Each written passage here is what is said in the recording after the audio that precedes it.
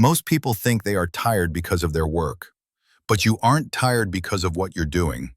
You are tired because of what you are thinking about what you're doing. You are paying a tax that no one asked for.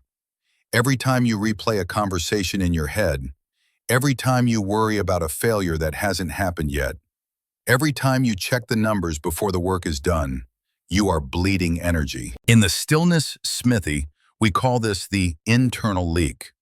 Imagine you are trying to forge a blade, but every time you pick up the hammer, you stop. You stop to wonder if the iron likes you. You wonder if the fire is too bright. You wonder if people will think your hammer strike is too loud. The iron cools, the fire dies, and you are exhausted, and you haven't even struck the metal once. Think about your mind like the bellows of a forge. Its only job is to provide air to the flame. It should be light, it should be fluid. But overthinking is like filling those bellows with sand. It makes every breath heavy. It makes every movement a struggle. You are pumping as hard as you can, but the fire is choking. You are working 10 times harder than the master smith, but you are producing nothing but smoke. The philosopher Seneca once said, "We suffer more in imagination than in reality." You are paying interest on a debt that you do not even owe. Think about your mind like the bellows of a forge.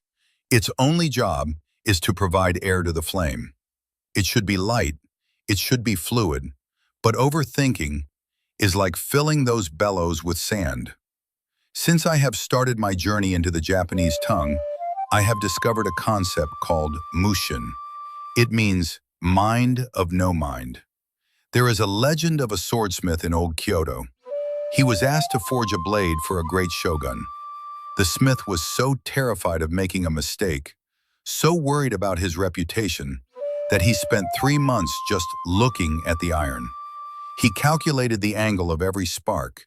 He measured the temperature of the water to the degree. He thought about the blade until his hair turned gray and his eyes grew hollow. One night, a master appeared in his shop. The master didn't speak. He simply picked up the hammer and struck the iron.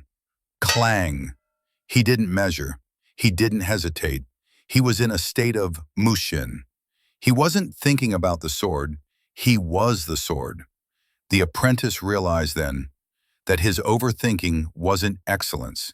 It was fear wearing the mask of perfectionism. How many swords have you left unforged because you were too busy thinking about the sparks? You are currently overthinking your growth. You are overthinking the views. You are overthinking your habit of quitting. Listen to me. The tax is optional. You stop paying it the moment you choose action over analysis. You stop paying it when you realize that a crooked blade is better than no blade at all. A crooked blade can be reheated. A thought can only rot. Tonight, before you sleep, put the hammer down. Close the mental books. Stop calculating the destination. Just look at the tracks. One day, time will leave you. Make sure it leaves, knowing you weren't just a philosopher of the fire. Make sure it leaves, knowing you actually struck the iron. Welcome back to the forge.